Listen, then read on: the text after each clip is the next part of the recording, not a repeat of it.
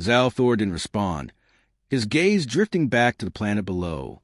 Uncertainty gnawed at him, deeper than before. What if Earth's strength was not something to be crushed, but something to be acknowledged, perhaps even respected? His thoughts lingered on Maya, and an idea took shape, one that unsettled him as much as it intrigued him. Perhaps the path to conquest was not force, but understanding.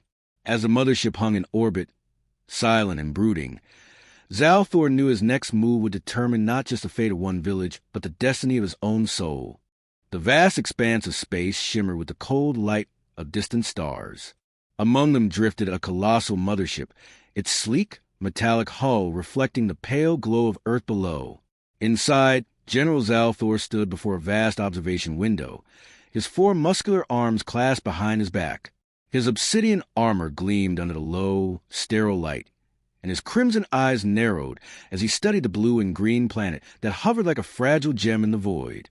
"This world," he rumbled, voice like grinding stone, "appears defenseless. Its inhabitants are primitive, divided, and physically weak." Beside him, Lieutenant Varric nodded, his serpentine form coiled with anticipation. "Scouts report minimal resistance potential, General. Their weaponry is outdated, and their spirit uninspiring." Zalthor allowed himself a grim smile.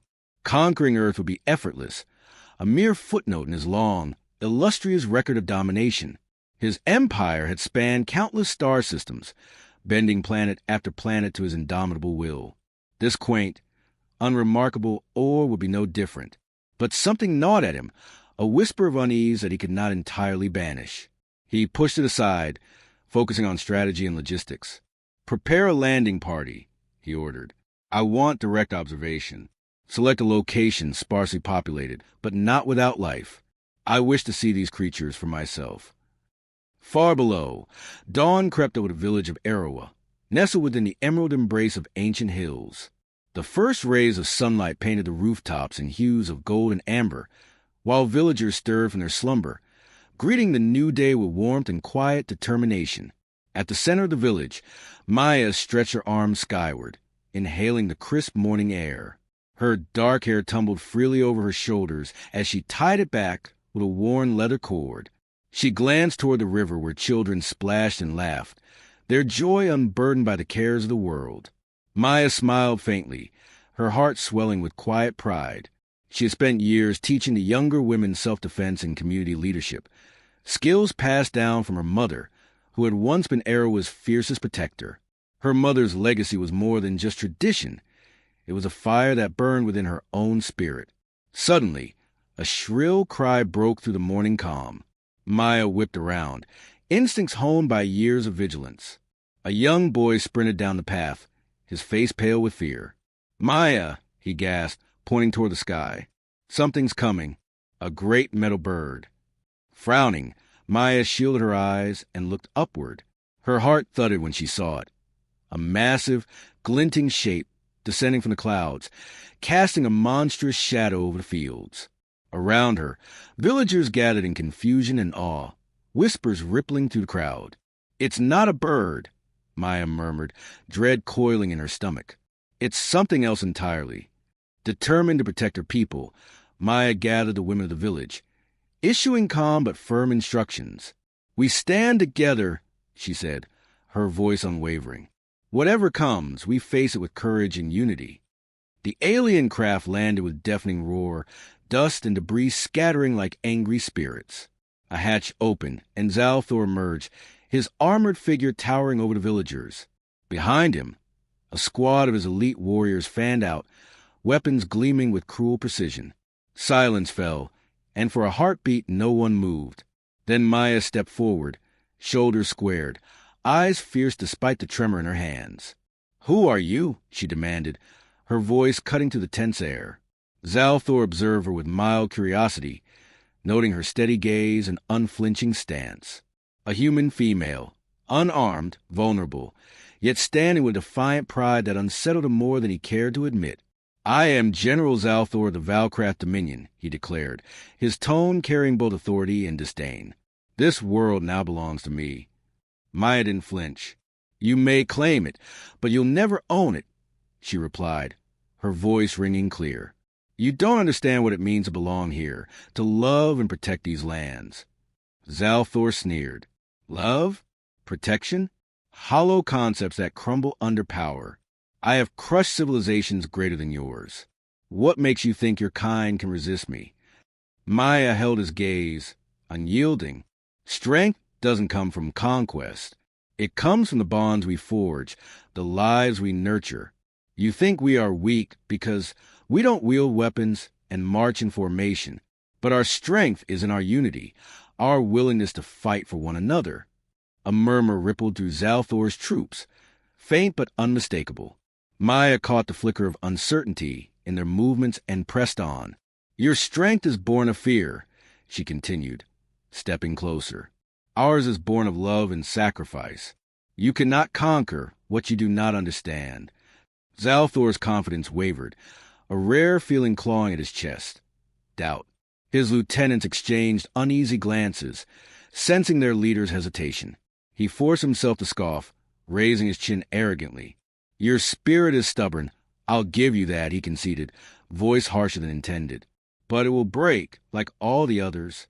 Maya didn't move, her stance unwavering.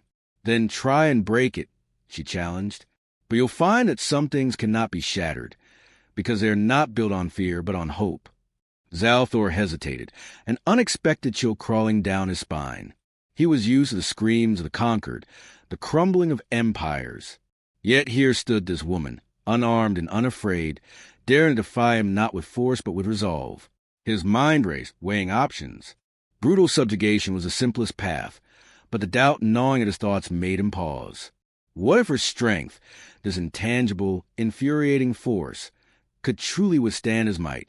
He glanced back at his warriors, sensing their growing discomfort. Though they remained stoic, the presence of fear was unmistakable. Without a word, he gestured for them to fall back. His pride ached with the decision, but something far more profound took root in his mind, a seed of curiosity, of uncertainty. Without another glance at Maya, Zalthor returned to his craft, giving a single command: retreat to the mothership. As the vessel rose, Maya exhaled slowly, her shoulders sagging as tension drained away. Around her, the villagers erupted in relieved murmurs, some shedding quiet tears of relief. One of the older women approached, eyes wide with awe. How did you do that, Maya? How did you make him leave? Maya wiped the dust from her hands and looked skyward, a soft smile touching her lips. Sometimes, strength isn't about being the strongest, she replied. It's about standing firm in what you believe, even when facing the unimaginable. As the shadows of the alien craft faded into the sky, Maya knew that the encounter was far from over. Yet, a flicker of hope remained. If conviction alone could make a warlord hesitate, perhaps there was a chance to protect not just Arawa, but the world itself. And so Maya and her village resumed their daily lives, hearts steady and spirits unbroken, while far above, General Zalthor brooded, haunted by the unshakable will of Earth's women. The next morning dawned crisp and clear over Arawa, yet tension hung heavy in the air. Maya could feel it, a taut string that might snap with the slightest provocation. She moved through the village square, offering words of encouragement and helping men fences knocked loose in the chaos of the alien arrival. Despite her calm demeanor, her thoughts remained entangled with the memory of General Zalthor and his piercing, crimson gaze. She knew better than to assume he was gone for good. A warlord of his stature would not retreat out of fear. He was calculating, assessing. He would return, but in what manner she couldn't predict. Near the riverbank, Maya found Nara weaving baskets with a small group of women. Nara gave her a knowing glance. You've been pacing like a caged tiger. What troubles your mind, child? Maya hesitated before replying. I don't think they're finished with us. Zalthor seemed uncertain, as if he didn't know whether to crush us or understand us. Nara nodded sagely. A leader who hesitates is one torn between pride and reason. You made him doubt himself. No small feat against one of his kind. Before Maya could respond, a distant hum vibrated through the ground. Her instinct screamed danger, and she spun toward the sound.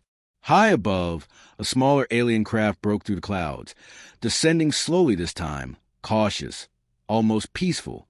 The villagers gathered anxiously, fear rippling through their ranks. Maya gestured for calm, though her heart thudded with apprehension. "Stay back," she ordered. "Let me see what they want." The craft landed gently, its metallic hull gleaming in the sun.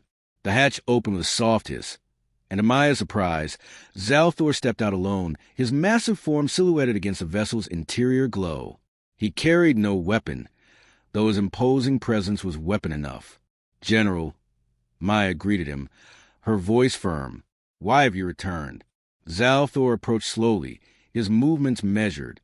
There was no menace in his stride, only contemplation. "You are the leader of these people," he stated, more a confirmation than a question. "I guide them," Maya replied, wary of his intent. He paused, his eyes raking over the village. Its simplicity, the harmony of people working together even in fear. "I came to understand," he admitted, his tone unusually subdued. "Your strength. It does not come from force or dominance. How do you command loyalty without fear?" Maya's expression softened, recognizing curiosity rather than hostility. "Leadership is not about fear. It's about trust. It's about sharing burdens, not imposing them. My people follow because they know I will protect them, not because I demand it."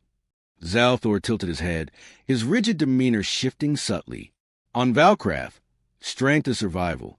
We forge loyalty through power. The weak submit, or they are purged. To lead is to dominate." Maya stepped closer, careful but resolute. "And does that make you happy? Conquering worlds, crushing the will of others, does it give you peace?" His silence was profound, as if no one had ever dared to ask him that. The question twisted inside him, a thorn in the fabric of his beliefs. Peace is irrelevant.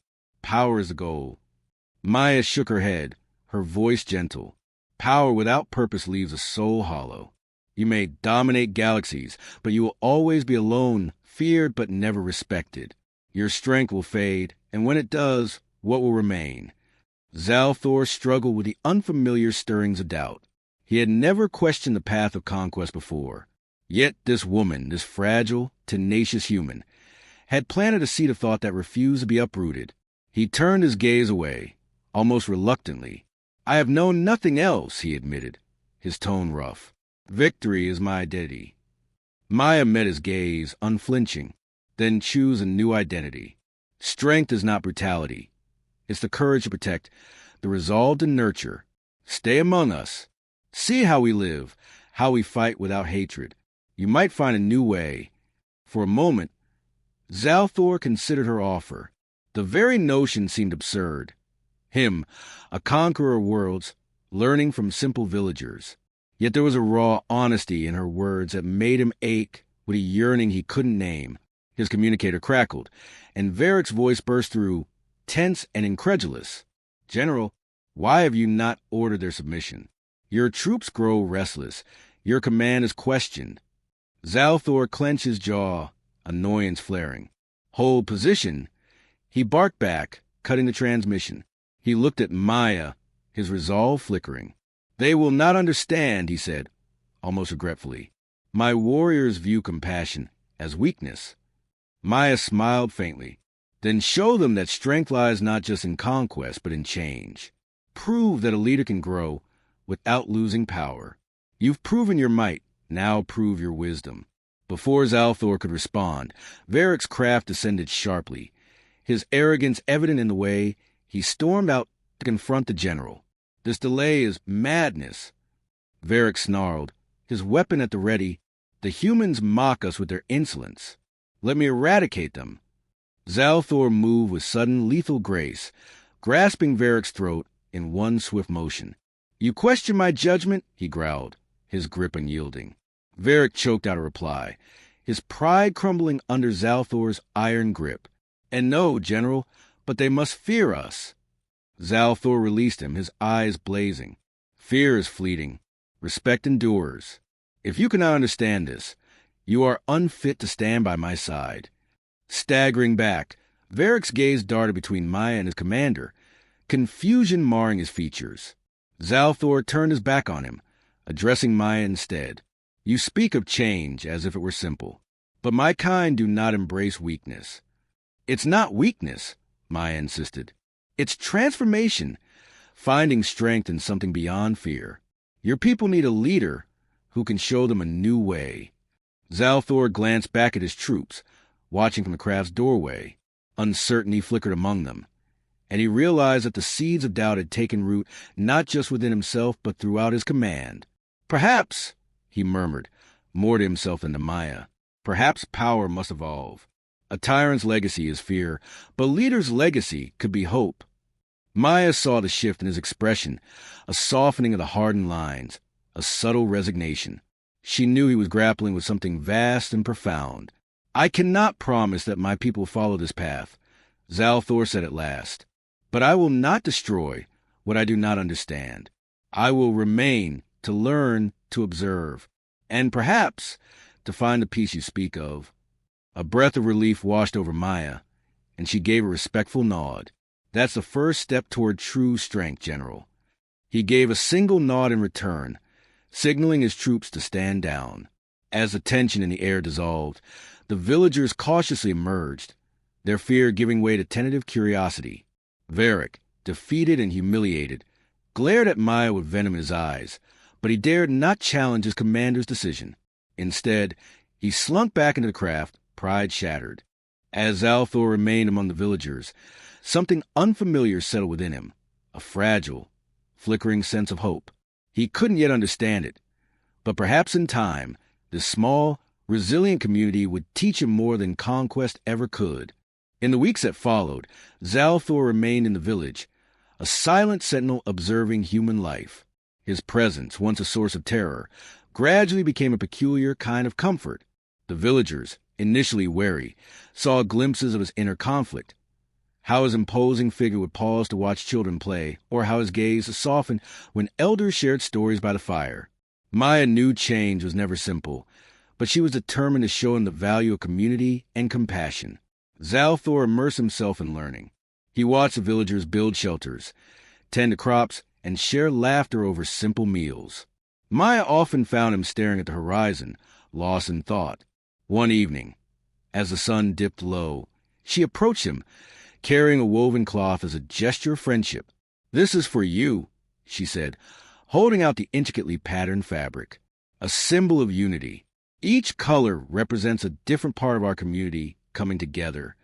Zalthor accepted it with a nod, running his armored fingers over the rough texture. Your people, they create even when there is no need. On Valcraft, only weapons and armor are forged. Beauty holds no purpose. Maya smiled. Beauty reminds us of what we're fighting for. It gives meaning to our struggles. He looked at her, a strange light in his eyes. You are different. Your kind is fragile, yet unyielding. There is strength in that, a strength I did not expect. Before Maya could reply, a sudden uproar shattered the peaceful evening. A scout rushed to them, breathless and panicked. Maya, a group of Zalthor's warriors are advancing from the south, armed and hostile. Zalthor stiffened, his jaw clenched. Who leads them? The scout hesitated. It's Varric. He claims you betrayed the Valcraft way and declared himself commander. Zalthor's eyes darkened, and a low growl rumbled in his chest. Foolish pride, he muttered. He cannot accept change. His thirst for power blinds him. Maya placed a hand on his armored forearm. We have to face him, not just with strength, but with wisdom. Your people must see that leadership is not rooted in dominance alone. He glanced at her, uncertainty flickering in his expression, but her resolve was unwavering. Then we will confront him, together. Varric's contingent arrived at the outskirts, their weapons gleaming ominously. The villagers gathered behind Maya, their fear palpable, but she stood tall beside Zalthor, refusing to back down. Varric strode forward, his eyes blazing with contempt. General, he spat, you disgrace our kind by wallowing among these weaklings. I will restore our honor by claiming leadership and burning this wretched place to the ground. Zalthor stepped forward, towering over his defiant subordinate. Your ambition blinds you, Varric. These people are not our enemies. You threaten those who have shown nothing but resilience and spirit. This is not strength, it is cowardice. Varric sneered. Your weakness has infected you. You speak as if they are equals. They are beneath us, meant to be conquered, not revered. Maya interjected, her voice calm but firm. Strength is not brutality, Varric. It's the courage to protect and the wisdom to change. If your pride means destruction, it makes you weaker than those you despise. Varric's face twisted with rage. Silence, human! I will not be lectured by prey. He raised his weapon, aiming it at Maya's heart. But Zalthor moved faster, gripping Varric's arm and forcing it downward. You will not harm her, he snarled. You challenge my leadership, yet you know nothing of true power. You cling to violence because you fear anything greater than yourself. Varric wrenched free, desperation contorting his features. You have lost your honor. You are no longer fit to lead. Zalthor looked at him with pity rather than anger. If dominance is all you desire, then prove your strength. Defeat me and leadership is yours. The challenge hung heavy in the air. Varric hesitated, realizing that Zalthor's calm was unshakable. But his pride demanded blood, and with a furious roar, he lunged forward. The fight was swift and brutal. Zalthor moved with purpose, deflecting Varric's reckless blows with practiced precision. It wasn't just power but strategy, each motion deliberate and controlled. Varric's rage made him sloppy, and in a final decisive move, Zalthor disarmed him, pinning him to the ground with a single, crushing blow. Breathless and defeated, Varric glared up at his commander. Finish it, he spat. Zalthor hesitated, his grip tightening. The old way demanded execution, a show of dominance to cement his rule. Yet Maya's words lingered, reminding him that true strength lay not in cruelty, but in change. He released Varric, stepping back. No, Zalthor declared, his voice resonating with newfound conviction. Killing you would prove nothing. Your arrogance blinds you, but I will not be a tyrant. I will lead not through fear, but through purpose. Varric staggered to his feet, stunned and humiliated, his own men whispering in uncertainty. Zalthor looked at them with authority tempered by restraint. If you follow me, know that we will no longer conquer for the sake of power. We will seek understanding and strength and unity. Those who cannot accept this are free to leave. One by one, the warriors lowered their weapons, the weight of Zalthor's words piercing their pride.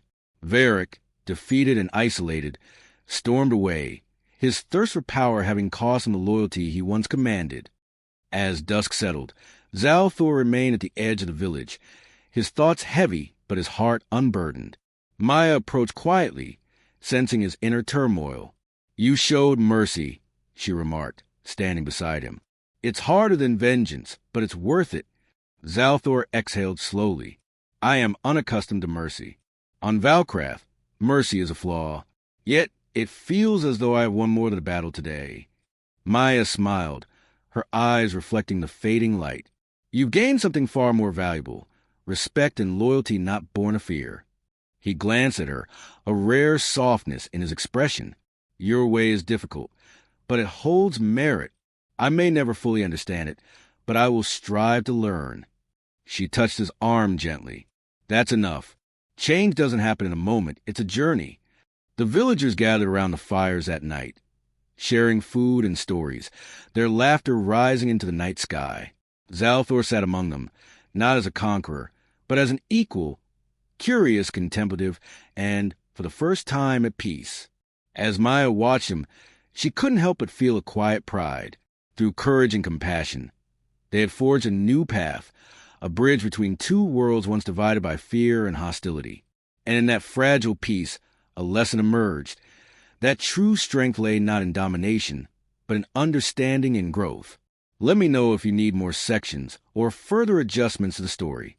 Back aboard the mothership, General Zalthor stood in his command chamber, his mind a vortex of conflicting thoughts.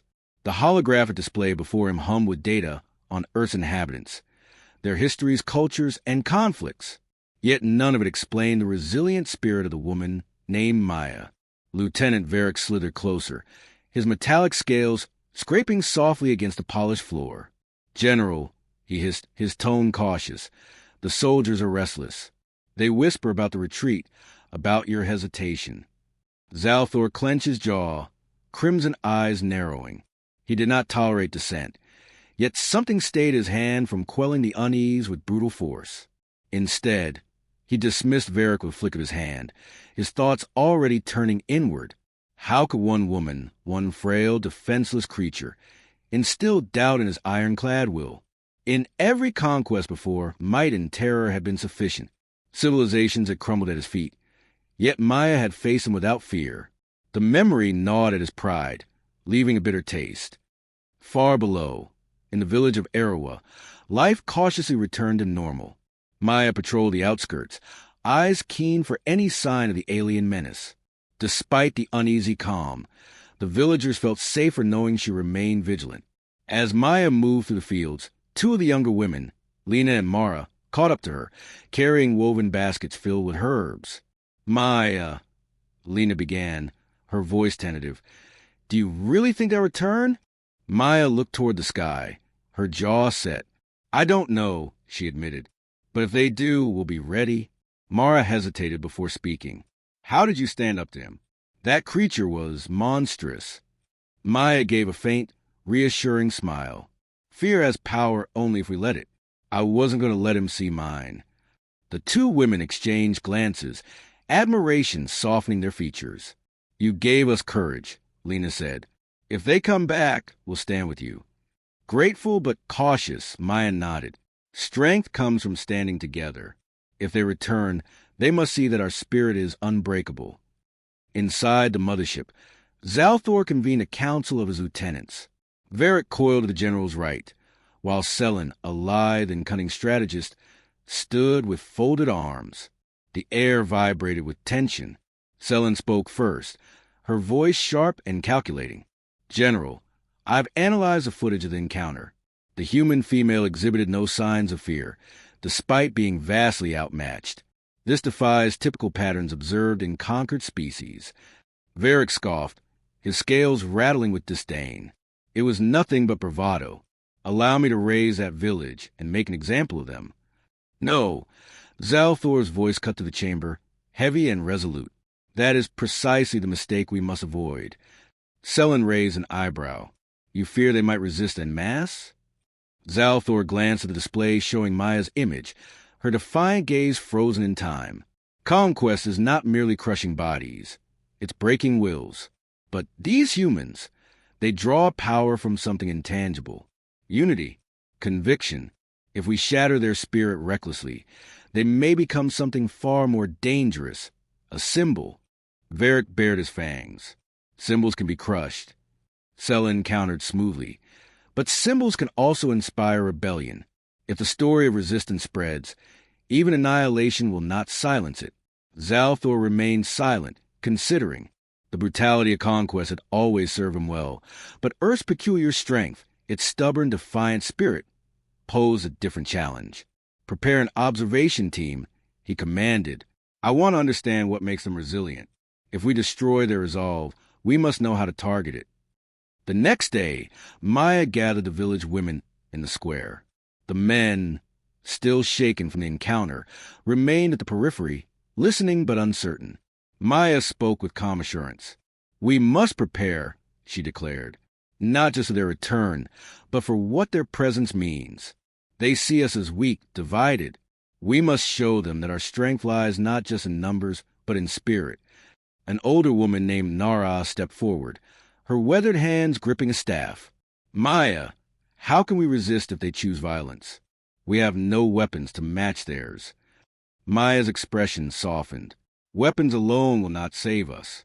If we fight as individuals, we will fall. But if we stand as one, united by purpose and love for our home, they will see that we are more than just flesh to be conquered." Lena chimed in, voice firm. "We should train, practice defense, and strengthen our resolve. If they come again, they must see that fear does not rule us." Maya nodded. "Exactly. Fear makes us vulnerable. But unity, standing side by side, refusing to yield, makes us unbreakable."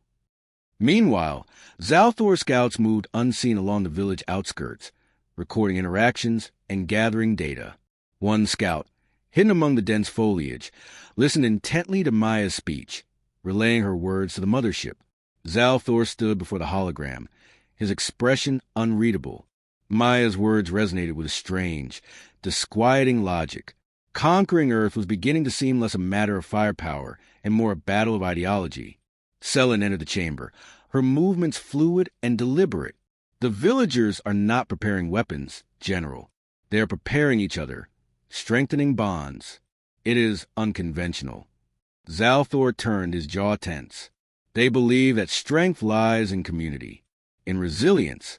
We have faced armies and crushed them, but we have never encountered this intangible resistance. Selen hesitated. Perhaps, General, breaking their spirit is not the key. What if submission cannot be forced? He scowled at her, unwilling to admit the unsettling truth in her words. Everything submits in time. The question is how to quicken that surrender. Night fell over Arawa, and Maya remained on watch, her senses attuned to every rustle and whisper. Thoughts of Zalthor's strange, unyielding presence lingered in her mind. She couldn't fathom his motives, why he would hesitate, why he seemed almost curious. Lost in thought, she didn't notice the subtle glimmer in the trees until it was too late. A small drone hovered before her, capturing her image. Startled, Maya swung her staff, smashing the device with practiced precision. Aboard the mothership, Zalthor watched the feed cut out abruptly. A grudging respect stirred within him. She sensed the surveillance. Impressive. Varric snarled. Enough of this hesitation. Their defiance mocks us. Allow me to incinerate that village, wipe them from existence. Zalthor fixed him with a glare so intense that even Varric's arrogance faltered. You are a blunt instrument, Varric. Brute force will not suffice. This resistance cannot be extinguished with fire and blood. It must be understood, dismantled from within. Selen inclined her head. You seek a way to break them without igniting rebellion. He gave a slow nod. Exactly. The spirit of these humans must be unraveled, not shattered. If we crush them without understanding their strength, we may seed resistance greater than our might can subdue. Selen stepped closer, her tone almost reverent. General, perhaps they are not to be conquered, but learned from.